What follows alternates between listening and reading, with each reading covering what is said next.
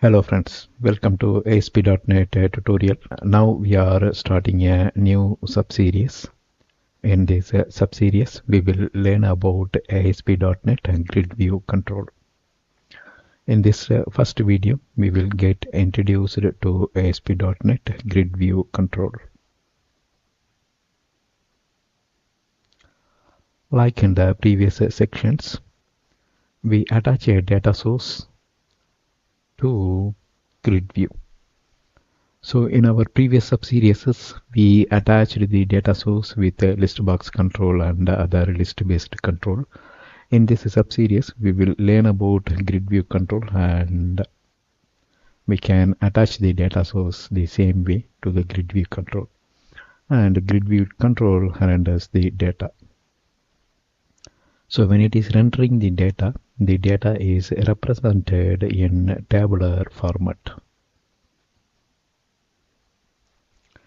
Each column represents a field and each row represents a record. So since it is representing the data in tabular format, we can state each field is a column and the collection of column represents a row, and we can call that as a record. GridView control allows editing the data as well as sorting it, and we will see those when we are progressing through this subseries.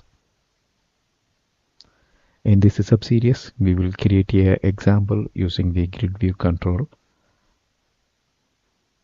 Actually, we will be creating multiple examples using different Windows forms. In the next video, we will create one simple example. That's all here in this video. Thank you for watching. Bye.